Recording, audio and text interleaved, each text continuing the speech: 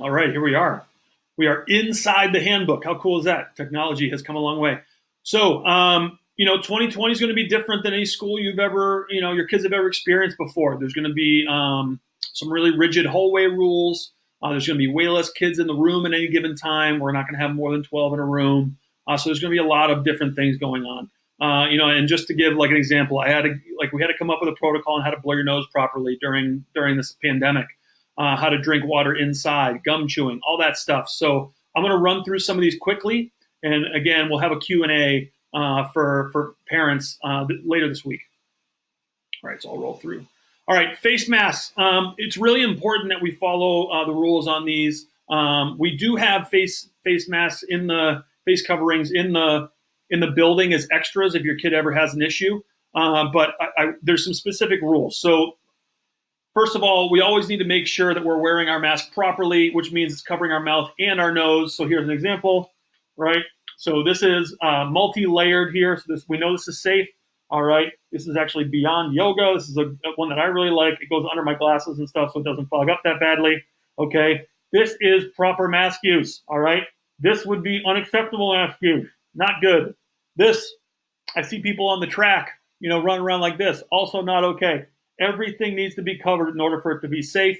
All right. You can read through for the specific masks that are okay and not okay here. All right. We're going to social distance as much as we can. All right. Kids should really be 6 feet apart from each other at any given time. There's no real reason to be any closer than that. And again, the goal of this is to stay in school safely.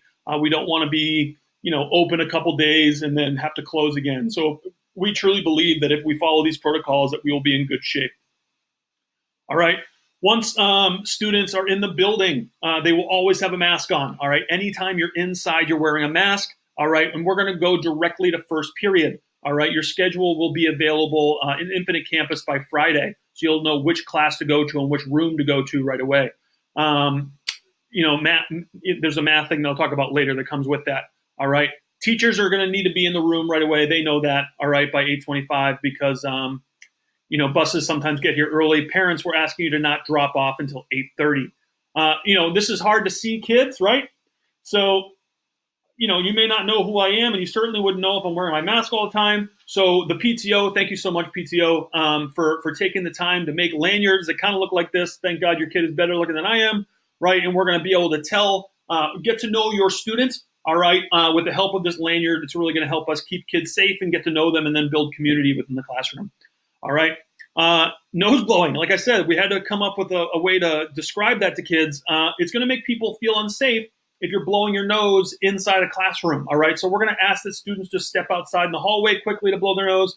Preferably the bathroom would be even better, just to not spread any germs. All right. But everybody's going to have to blow their nose. That's fine. All right. Teachers are going to be a little more lenient, I think, than normal, where we're asking kids to do things inside. I'm going to demonstrate drinking water inside. It is a link there. All right. But if I'm already wearing my mask, all right, Diet Coke, not water, I'm going to take a sip here and then right back down. And that's how we're going to do things safely. All right. No nose droplets can come out. My nose was covered the entire time. All right. Gum is usually not allowed in schools, but, it's really not allowed this year, right? It's just another way to have germs be spread. All right. Please, no gum. All right. We'd rather have the bad breath. All right. So cell phone use. The hybrid model allows us to only be in the building twice a day. All right. And that's about 4 hours each time.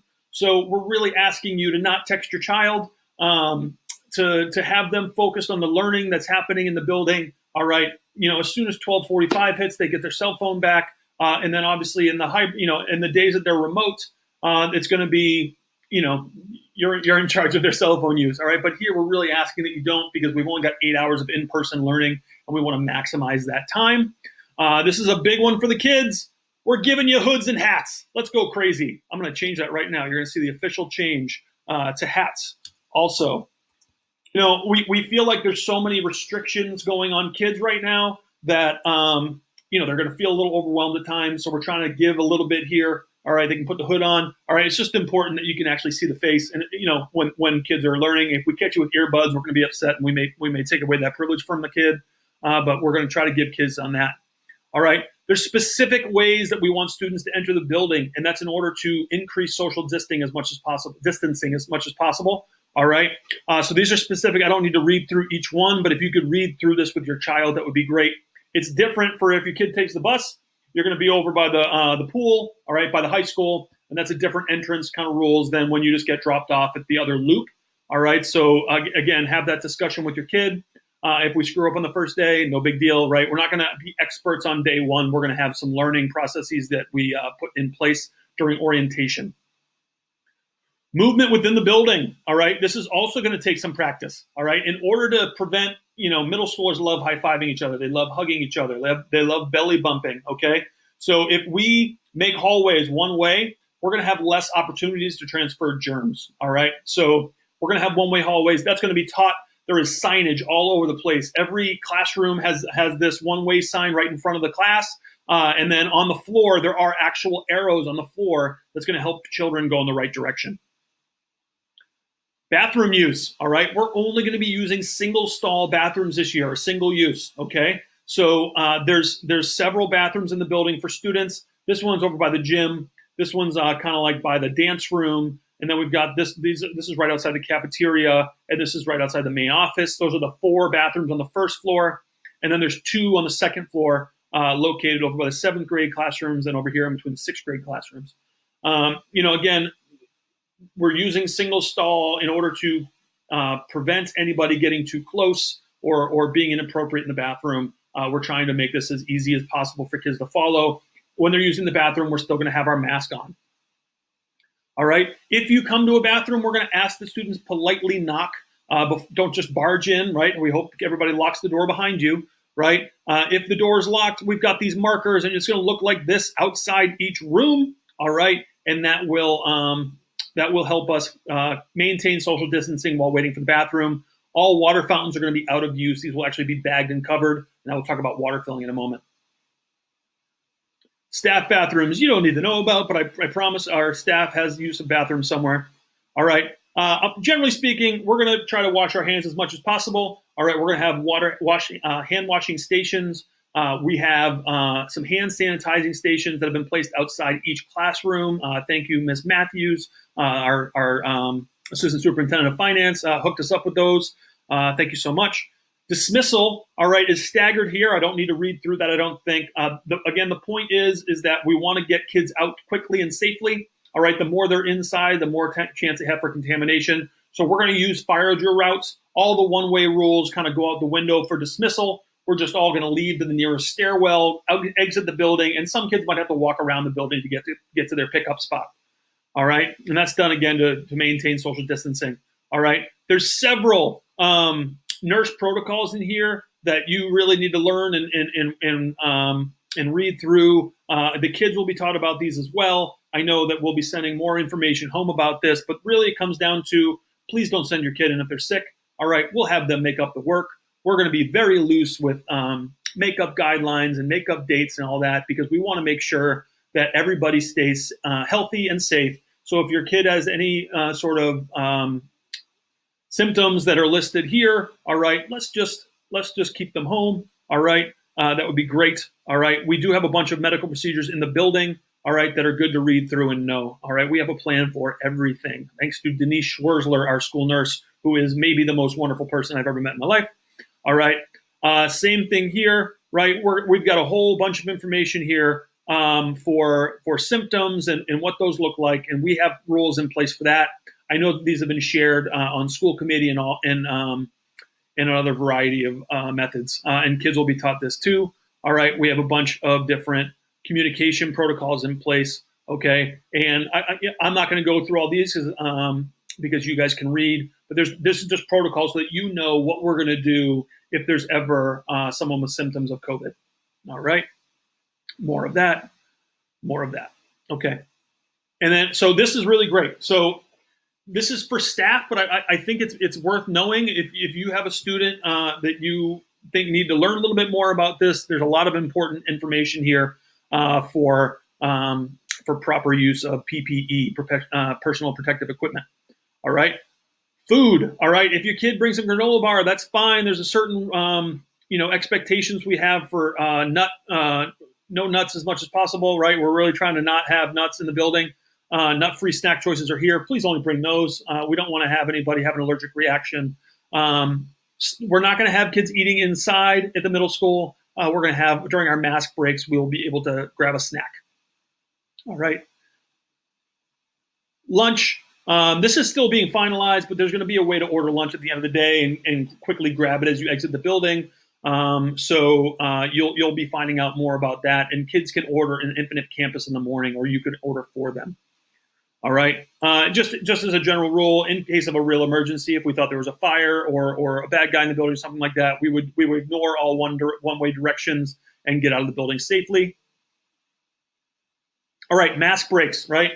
Wearing a mask all day is going to be really hard for middle school kids. All right. So I think what we've done here is we've come up with a rotation for how we're going to stagger those breaks. All right, by grade level, and it does work within our schedule. Where we're going to have, it's about halfway through the day where we're going to take a little break, all right, and get outside, take your mask off, socially distance outside. We'll actually be 10 feet apart outside just to maintain the most safe possible. All right, here are the locations. You can take a look at those. Thank you to the PTO and others that helped with us acquiring tents because that does make it easier to be outside as much as possible. We're going to be teaching kids how to clean their desk when they're changing for math class. That's really the only time we'll be changing classes and having groups cross each other. Okay, and again, in the one-way hall, they shouldn't be crossing, but they'll actually be in the hallway a little bit. Otherwise, they're going to maintain in the same room, and I'll be talking about that more as we share the schedules. All right, there's a whole variety of disinfecting that's been going on. Our custodial staff has been working a tremendous amount of hours making sure this building is extremely safe and clean. Every night we'll be going through the fogging process with our really fancy cleaners. So this is going to be a safe building. All right. The Dees had recommended 3 feet being okay, and Weston has decided to go with the conservative approach and maintain 6 feet nose to nose, which again is well in the upper end of where it's suggested to be. We don't want to have any issues at all with safety. All right. Each class right now is 12 or under, which means we can all be 6 feet in a generic classroom. If we do end up having a group that becomes bigger because of some math leveling, then we have a couple rooms that we have in our back pocket ready to go to hold a larger group. So in the building, all right, people that are not students, all right, we're really asking you to not come in the building. If you need to contact someone in the building at all, call our main office. We have 3 lovely administrative assistants that are ready to help you, and we're pretty easy to reach. Okay, we really are trying to not get any people in the building. It just increases the chance for contamination. All right. There's a variety of science guidelines. What we're going to do right now is we're going to kind of live this for a little bit before we go into our science labs, and we're going to get used to moving through the building safely, and then eventually we're going to start coming up with a plan to open our science lab safely. I've been in discussion with the science department, and we're working on a plan for that. But I want you to know that they're going to be thinking about how to have an outdoor classroom and all that good stuff. I just spoke really fast. I know I do that a lot, okay, but I also didn't want you to have to listen to a 50-minute video. All right. We're going to have a Q&A later in the week. So please, show up to that. If you have some questions, you can email me individually. My email address is oatesp@weston.org. Don't forget that E in Oats. All right. And I look forward to meeting those of you I have not met yet. And for those of you that are coming back, it's going to look a little different. But, I know that we take care of kids well here. So we'll continue to do that. Thank you so much for listening. All right. Please show it to your student. And we will have an orientation for them to even hammer home some of these protocols as well. All right. I wish you well, and I can't wait to see you on Tuesday or Wednesday.